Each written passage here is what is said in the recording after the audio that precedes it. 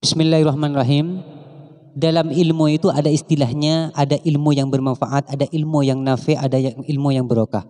Dan di sini kita itu harus tahu maknanya dan definisinya, apa yang dikatakan dengan manfaat, apa yang dikatakan dengan nafi, apa yang dikatakan dengan barokah. Takutnya nanti salah untuk memahami. Ketika salah memahami, maka nanti salah sasaran. Apa yang dikatakan dengan manfaat? Ilmu yang bermanfaat, ilmu al-manfaah, ya.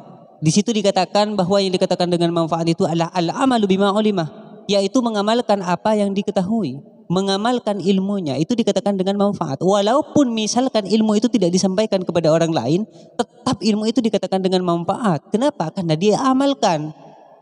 Masalah dia itu menjadi apa dan di mana dan bagaimana, derajatnya itu bagaimana, pangkatnya bagaimana, tidak termasuk dari definisi dari manfaat itu. Jadi yang dikatakan dengan manfaat itu adalah pokoknya mengamalkan apa yang dia ketahui, dikatakan dengan manfaat.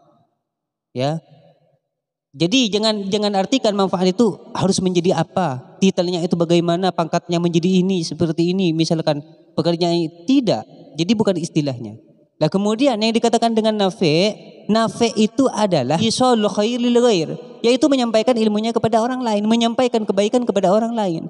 Jadi dengan ilmunya itu selain dia itu amalkan, juga diberitahukan kepada orang lain, juga disampaikan kepada orang lain. Lah itu dikatakan dengan nafi namanya. Jadi harus bedakan antara manfaat dengan nafi. Di sini harus bedakan. Kalau manfaat itu adalah mengamalkan apa yang dia ketahui, kalau nafi dia itu menyampaikan ilmunya kepada orang lain. Lah kemudian barokah. Barokah di sini adalah bertambahnya kebaikan. Dengan ilmunya itu akhirnya sampai kepada kebaikan.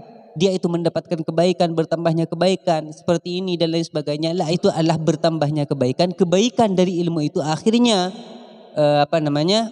mendatangkan kebaikan kepada orang itu sebab ilmunya. Lah itu dikatakan dengan barokah. Ilmunya barokah namanya, ya.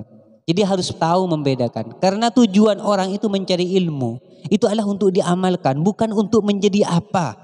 Ya, ingat. Di sini orang mencari ilmu tujuannya harus benar, niatnya harus benar.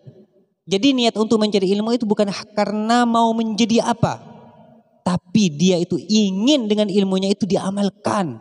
Untuk apa? Ya itu untuk Allah, ya, untuk akhirat, untuk menghilangkan kebodohan, bukan yang lain. Jadi kalau misalkan dia itu niat mencari ilmunya itu salah, misalkan karena pangkat, untuk dunia misalkan dan lain sebagainya, lah itu sudah salah niatnya. Sama dengan dia itu menghancurkan agamanya, sama dengan dia menukar akhiratnya ditukar dengan dunia. Ketika dia sudah menukar dengan dunia, ditukar, dijual akhiratnya, ditukar dengan dunia, hancur, akadnya salah, dia sama dengan menghancurkan, merobohkan agamanya sendiri. Ya. Makanya di sini niatnya orang yang mencari ilmu itu harus benar. Pertama niatnya orang harus benar. Makanya kalau misalkan salah niat, maka salah dia itu nanti walaupun dia itu berbentuk ibadah.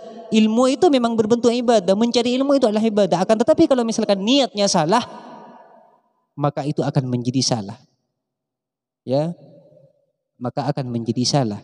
Maka di sini perlu kita itu untuk memperbaiki niat. Kalau misalkan niat kita itu sudah terlanjur salah, maka kita harus rubah dalam hati kita, harus sadar bahwa niat kita selama ini setelah salah, maka kita itu harus mengqadha atas kesalahan-kesalahan itu dan dirubah dengan kebaikan.